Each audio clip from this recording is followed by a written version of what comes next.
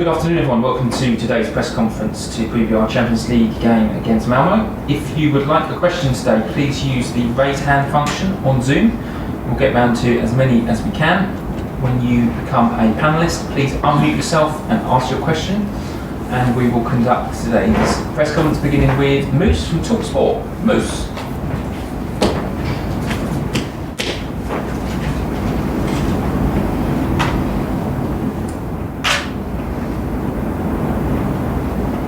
Are you there, Moose? Here you go.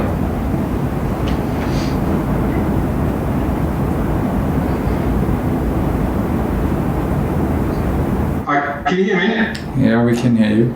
Hi Thomas, how are you? I'm fine. First of all, can I ask you about how your team are looking ahead of their trip to Malmö? Obviously, you must be in good form and good confidence after the last 2 or 3 matches. And secondly, can I ask you about what you think of the news today? It looks like the former Chelsea manager Antonio Conte is on his way to Spurs.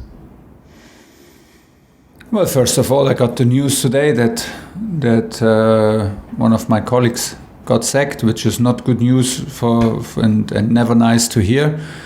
But you will understand that I will not comment on any other club's decision on coaches, and I will not take part in any speculations and give comments on that.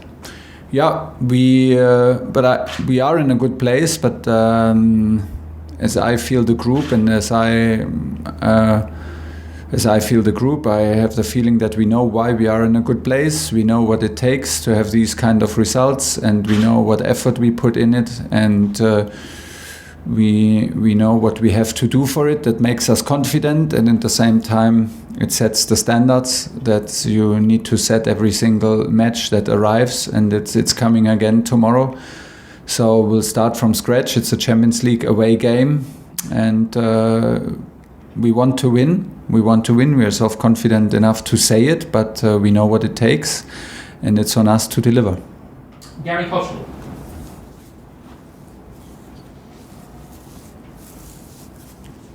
Gary? Simon Johnson? Gary? Can you hear me now? Yep. Sorry, I didn't unmute myself. Hello, Thomas. Hi.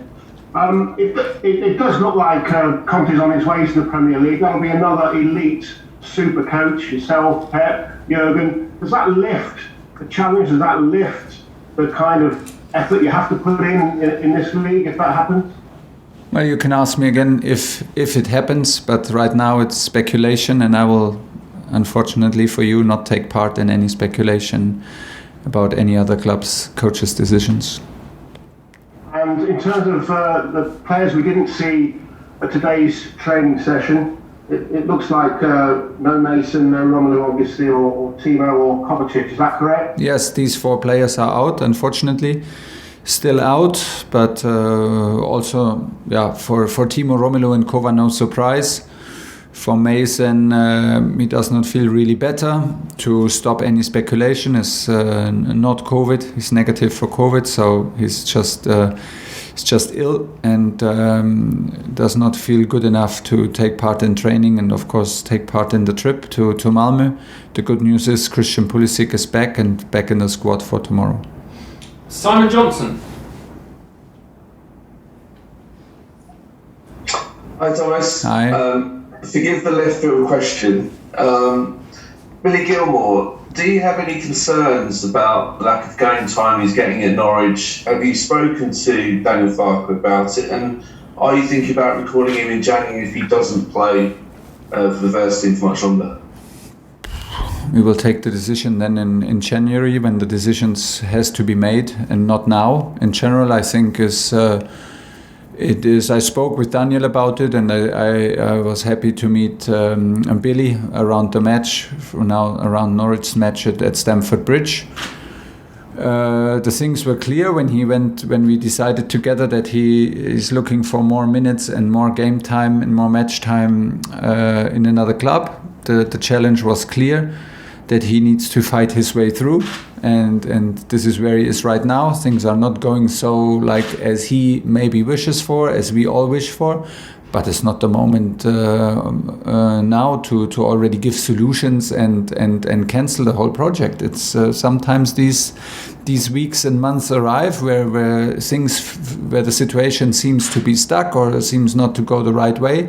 You have to hang in there, you have to show your quality, and you have to make sure that you help your team no matter where it is. And that sharpens your character, and that will be a big chapter in your career. And that's the same for Billy. It's for me right now not the moment to already give solutions for January and open the talks to bringing him back. Now is start of November, and there are still months to go, and there's still a lot of time to prove that he has enough quality to help Norwich be a better team. James Gearbrand. Hi, Thomas. I wanted to ask you about this interesting statistic. I think out of the 26 goals that Chelsea have scored in the Premier League and Champions League so far, excluding penalties and own goals, 13 of them have been from your defenders. Is that just a quirk, or is that partly by design? In terms of the attacking system, are you trying to spread the chances that you create more evenly through the team so you're not just relying on one or two positions to score the goals? That's normally what you do in I think what any manager does in any team, that you try to not rely on only one or two goal scorers. At the same time, you wish also to rely on one or two consistent goal scorers, because that gives you also a lift. And it's also necessary if you want to reach the highest level in any competition. You need consistent goal scoring threat from your strikers, because they do what they do. I think the statistic will look maybe a bit different if you maybe interpret the wing backs more as midfielders, because if you play in a back three, it's not really a full back position, it's a wing back position, and that is more for me more a midfield position. So I would not call them defender, although they have to defend in some moments and like defenders, but they are more free to attack, have a shorter way to the opponent's box than in the role as a fullback. So it's necessary that they are included and that we bring them to the box at the end of our attacks to increase the goal threat. I'm happy when we create chances. I'm happy when we have in the end 5-6 players in the box to be dangerous. And in a system that we play is crucial that the wing backs are there and have the freedom to be dangerous. And second one is, of course, defenders need to be dangerous also for set pieces. We want to be strong in set pieces, and the focus is also on set pieces. So that's the way it is right now, and still we hope that we can put our strikers in the end of the season on top of the list. David Jespersen. Hello, David, Swedish Hi. television. Malmö haven't scored a goal yet in the group stages. They have to come up with something extraordinary to get a result from you tomorrow. How do you prepare yourself and your team facing an opponent in that position? We had that now quite often. I think it's the 5th, 6th game in a row where we are considered as favorites. I like a lot how my team approaches these matches, because we put in a lot of effort and put in a lot of intensity and give not too much on the general view about it that we are the favorites, but we proved our point on the pitch, and that is absolutely necessary tomorrow. When you say very right that Malmö maybe needs an extraordinary performance, then I think they will absolutely prepare for this, and any team on this kind of level is ready to create an extraordinary performance. So we are better. We should be prepared, and we should be humble and respectful enough towards the game and towards the opponent. And anything can happen. these matches on Champions League level are about details. It is a constellation where Malmö also has nothing to lose, though they can play with a lot of freedom. They can play with a lot of courage. They will be supported by an emotional crowd, and this is the things we have to face. Like I said, it's not the first time, and we will try to have influence on our team, that we approach our games in the same way like last week's. Alistair McGowan. Hi Thomas, I just wanted to ask you a question about Callum Hudson-Odoi. I think I'm right in saying that this is the most starts that he's made at this stage of the season in his Chelsea career. I just wondered if you're glad that he didn't leave the club now in the summer, and how would you describe his performances so far this season?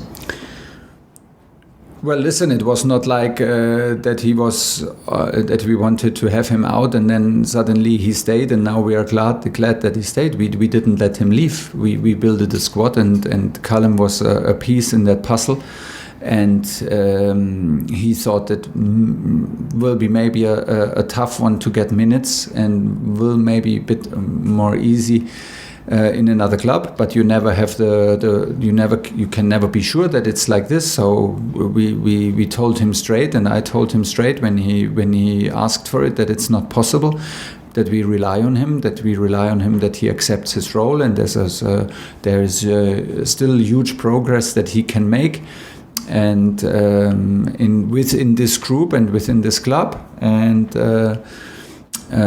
listen, was it always fair to let him play as a right wing back? No, maybe not. But he had to take this for the team, and he did.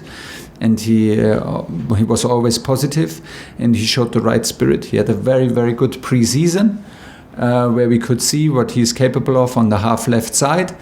And he struggled a bit in the beginning to prove that point during matches, and now we had some injuries, and it was needed that he shows up and delivers, and this is what he did. So like we always say, this to get a team and to get a place in this team, it's all about performance. And this is what Callum shows in the moment, and now it's important that he shows consistency, that he stays hungry and keeps on going and progressing, and that he enjoys the moment, but is at the same time absolutely aware what it takes to stay in the team, and it looks good in the moment. The last question for Thomas today, James Robson. Hi Thomas. Hi. Less than a year since you took the job, you've already won the biggest trophy in club football. You're currently top of what you've described as the toughest league in football. Yeah. I wonder if part of that is down to maybe getting sacked by PSG, only being given a short contract to begin with. Does that bring the best out of you, maybe being slighted, if you like, a little bit insulted, or is there another reason for how you've made such a flying start? That's unusual. Well, you need also a bit of luck. I mean, we all know that you cannot win Champions League by pure planning or pure whatever. Planning and the combination of planning and quality is not like this. You need also a bit of luck and that it's meant to be, and that you catch a momentum. So I'm very grateful where I am, and I think like I am right now in this place because of my experiences in other clubs and with other teams before. I'm grateful that I learned this job as an academy level, and I'm grateful that some people in my career trusted me and gave me confidence, starting maybe with my parents and the bosses in the youth academies and then later the managers.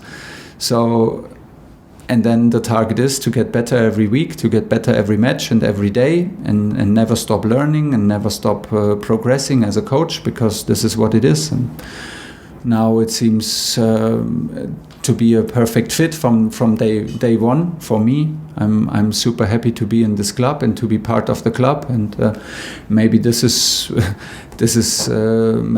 the last percent. Like, if you feel fully happy and you feel appreciated and everything falls into place very genuinely,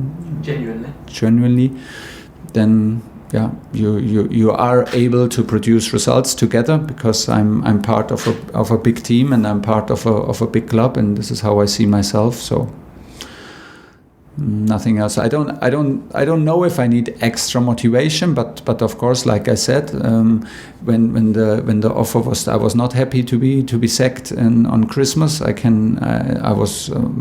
mission was not fulfilled. I had big plans for the Champions League campaign again, and to win the title in domestic title again and again. I was hungry, and we were on the way.